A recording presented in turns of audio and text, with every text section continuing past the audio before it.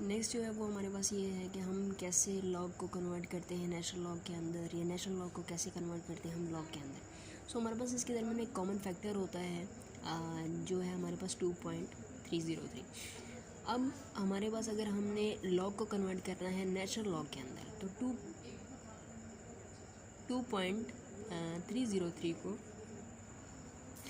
2.303 को हमने मल्टीप्लाई कर देना है log 10 के अंदर, तो it will be convert into the natural log. और अगर हमने नेचुरल लॉग को कन्वर्ट करना है log 10 के अंदर तो हम इसको डिवाइड करेंगे 2.303 के साथ, तो हमारे पास कन्वर्ट हो जाएगा log 10 के अंदर, log 10 ऑफ n के अंदर।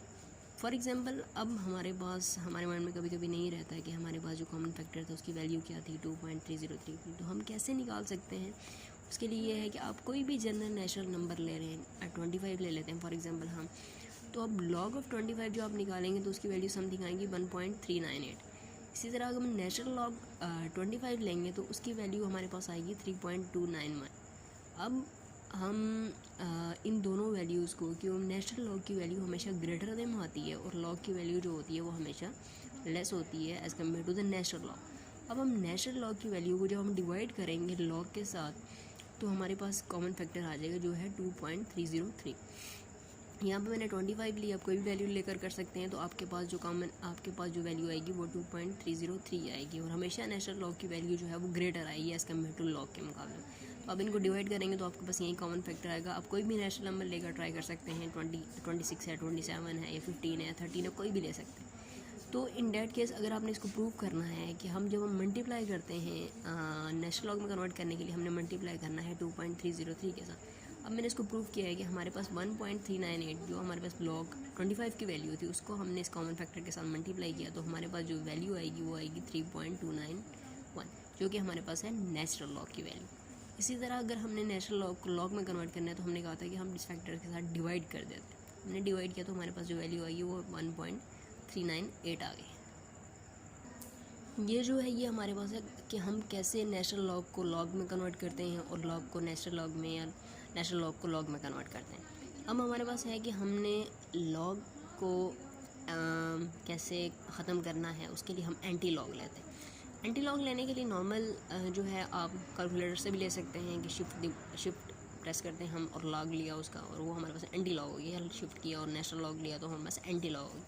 अब हम जनरली कैसे कर सकते हैं, मैनुअली कैसे कर सकते हैं कि लॉग का हमने एंटी लॉग कैसे लेना है या नेचुरल लॉग का एंटी लॉग कैसे लेना है। तो इसमें ये होता है कि हमारे पास फॉर एग्जांपल ये फार्मूला हमने पहले भी डिस्कस किया था कि log bn = x है। तो x जो है वो इसका आंसर है, हमने ये कहा, और n जो है वो न कोई भी नेचुरल नंबर है और b जो है वो बेस है। अब हम क्या करते हैं कि अगर हमने एंटी लॉग लेना है तो लॉग की जो बेस है उसको हम पावर में ले लेते हैं। फॉर एग्जांपल यहाँ पे हमारे पास log 5 और log 5 ऑफ 125 है, तो हमने 5 जो है इसको log 5 को हमने पावर में ले लिया 5 की। ये जो बेस है इसको हमने बेस बना लिया जो log 5 की बेस थी, और log 5 जो है उसको हमने पावर में ले लिया। तो पावर में जब हम लेंगे तो ये एक दूसरे के इफेक्ट को हमने कैंसिल नहीं करना है, खुद ही एक दूसरे के इफेक्ट को नलीफाई कर देते हैं। तो रिमेनिंग जो हमारे पास एंटी लॉग जो log का आ जाएगा वो आएगा 125। नेक्स्ट एग्जांपल जो है वो हमारे पास log 10 और 1000 = 3, यानी log 10 और 10 की पावर 3 ली तो हमारे पास 3 आ गए।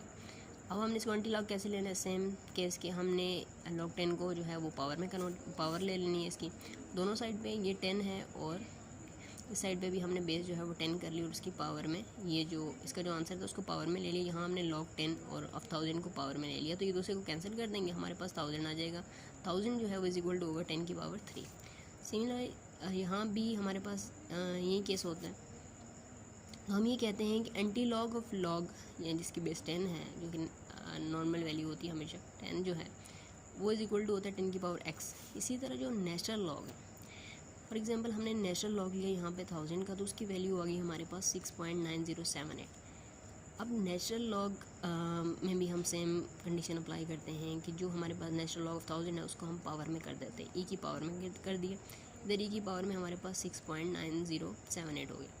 तो हम अब ये दूसरे के इफेक्ट को कैंसिल कर देंगे तो e की पावर में हमारे पास 6.9078 आ जाएगा। सेम अगर हमने 6.908 की जगह हम x कर देते हैं तो हमारे पास जो ई आ जाएगा वो एक्स आ जाएगा, यानी natural anti log of natural log 1000 का जो आएगा वो इज इक्वल टू होता है ई एक्स के।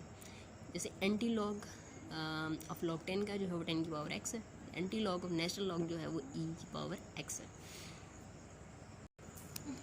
नेक्स्ट जो है वो हमारे पास कुछ लॉगरिथम के रूल्स होते हैं, जिसमें हम देखते हैं कि अगर लॉग ए बी है, अगर मल्टीप्लाई हो रहे हैं तो इसका मतलब ये है कि लॉग ए प्लस लॉग बी प्लस हो जाएंगे आपस में। अगर डिवाइड हो रहे हैं तो लॉग ए माइनस लॉग बी हो जाएगा। और अगर लॉग 1/a है तो इसका मतलब ये है कि माइनस लॉग ए हो जाएगा। अगर लॉग ए एक्स है तो इज इक्वल टू होगा एक्स, जो इसकी पावर है वो मल्टीप्लाई हो जाएगी, लॉग ए आ जाएगा। इसी तरह हमारे पास इसके बाद है लॉग ए डिवाइड माइनस, अगर माइनस में है कि minus log a divide by b है तो हमारे पास जो है वो इज इक्वल टू प्लस हो जाएगा, लेकिन जो वैल्यूज़ हैं वो अपोजिट हो जाएंगी, यानी बी ऊपर चला जाएगा और ए नीचे आ जाएगा। इसी तरह हमारे पास नेचुरल लॉग ई है तो इज इक्वल टू 1 है, और अगर natural log E minus x है, दोनों की पावर सेम है। ई जो है 1 कैसे आया, क्योंकि नेचुरल लॉग ई यहाँ भी ई था और यहाँ भी ई है, तो इन दोनों की बेस जो है वो हमारा सेम है, तो ये हमारे पास इसकी पावर जो है वो 1 आ जाएगी। इसी तरह यहाँ पे भी सेम कंडीशन है कि बेस जो है वो सेम है, इसलिए इसकी वैल्यू जो है वो माइनस एक्स आ जाएगी।